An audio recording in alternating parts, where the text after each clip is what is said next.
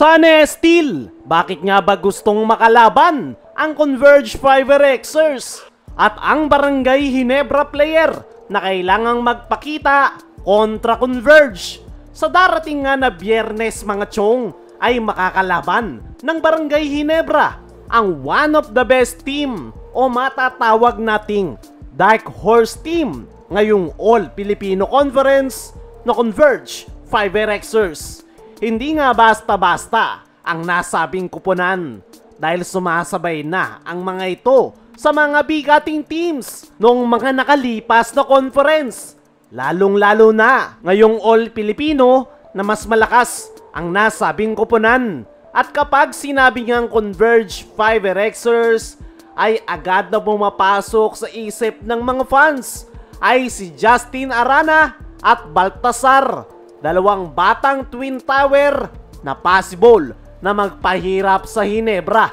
At mas lalo pang ngang lumakas ang Converge dahil nakuha nila ang isang super rookie na si Juan Gomez Del Llano na napakaganda ng inilalaro ngayong All Filipino at sinasabi agad ng karamihan ng mga fans na contender agad para sa season MVP.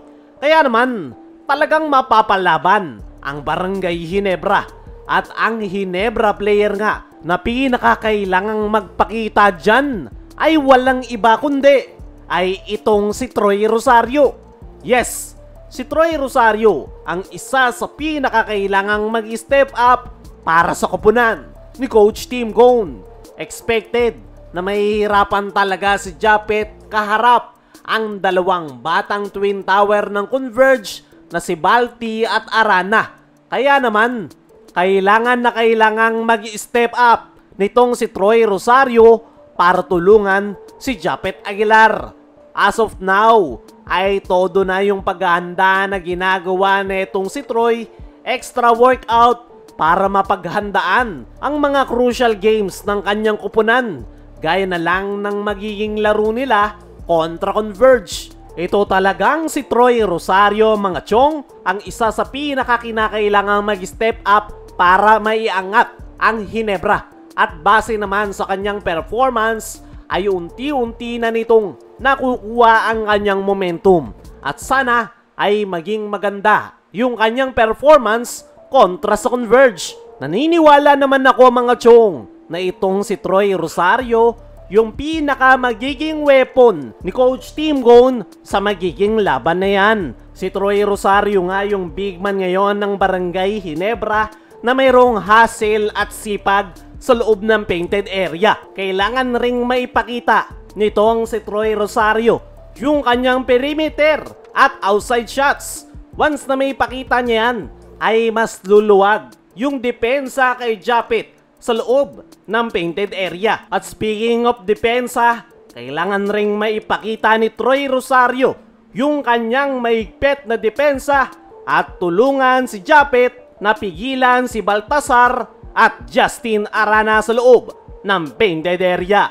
At yan nga, yung mga kailangang maipakita ni Troy Rosario, at kung magagawa niya nga yan, ay malaki yung chance na matulungan niya ang Barangay Ginebra na makuha ang panalo. Pero hindi pa rin yan magiging madali.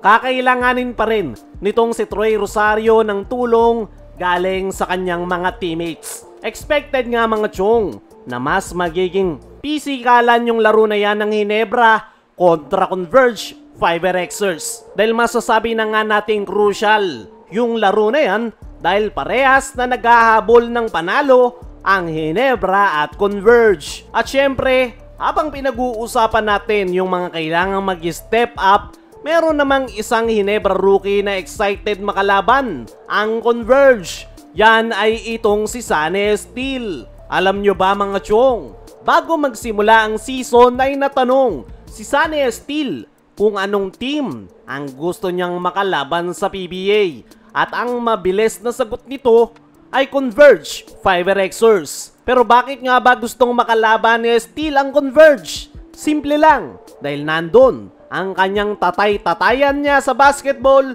na si Coach Delta Pineda. Ayon kay Sunny Steel, ay si Delta Pineda nga raw ang unang nagtiwala sa kanya nung nagsisimula pa lang siya. At ito rin daw yung dahilan kung bakit siya nakapasok sa PBA. Kaya ngayon, gustong ipakita nitong si Sunny Estile kung nasaan na siya ngayon. Labis-labis nga yung pasasalamat ni Estile kay Coach Delta Pineda dahil napakalaki raw ng naitulong nito sa kanyang basketball career. At hindi lang si Coach Delta ang dahilan kung bakit excited si Estile na makalaban ng Converge, dahil nabanggit din nito na gusto niyang makaharap ang top rookie ngayong season na si Juan Gomez Deliano. Gusto nga raw ng challenge ni Sunny Estile at umaasa ito na makakalaro niya ang nasabing top rookie once na makaharap nila ito. At sa darating nga na Biyernes ay mangyayari na yung gusto nitong si Sunny Estile.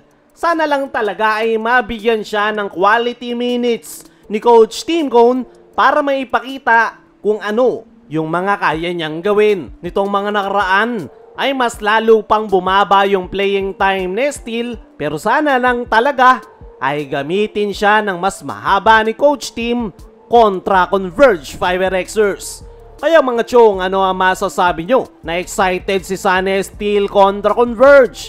Ano rin yung masasabi nyo na itong si Troy Rosario ang pinakakailangan ng Ginebra na mag-step up kontra Converge? I-comment mo lang dyan sa ibaba.